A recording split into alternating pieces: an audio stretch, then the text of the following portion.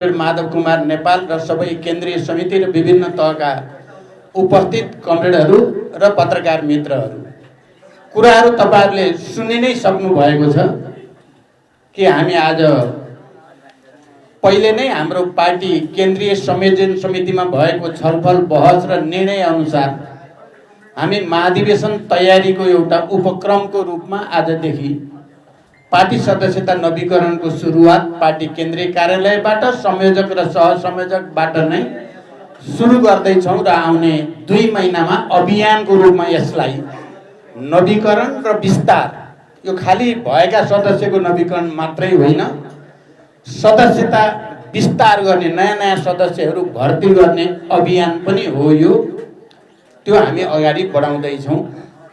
यो हामी सबैको निम्ति खुसीको कुरा हो। एकता प्रक्रियालाई अहिले सबै प्रदेशमा सबै जनवर्गीय संगठन र विभागमा अगाडि बढाइँदैछ, बढेको छ। केही सम्पन्न भएका छन्, केही सम्पन्न हुँदैछन् र आजको नवीकरण प्रक्रियाले यो पार्टीलाई अझै व्यवस्थित बनाउन योगदान गर्ने विश्वास हामीले लिएका छौँ।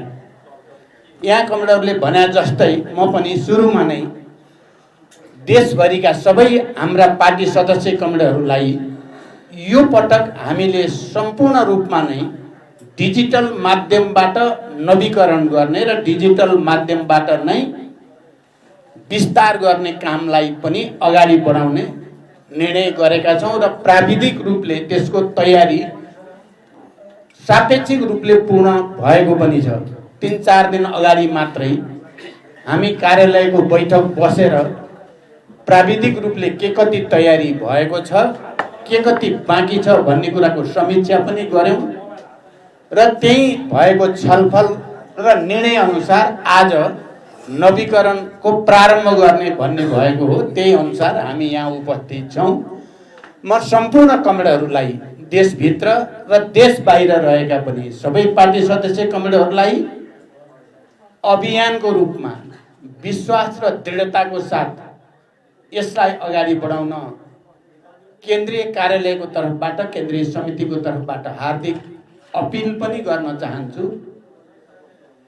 हामी सबैलाई थाहा भएको कुरा हो, अहिले देशको राजनीतिक परिस्थिति त्यति सहज ढङ्गले अगाडि बढेको छैन। हामीले यो पटक पार्टी एकता गरेर निर्वाचन प्रक्रियामा अगाडि जाँदै गर्दा हामीले सोचेका थियौँ हाम्रो परिणाम तुलनात्मक रूपमा राम्रो नै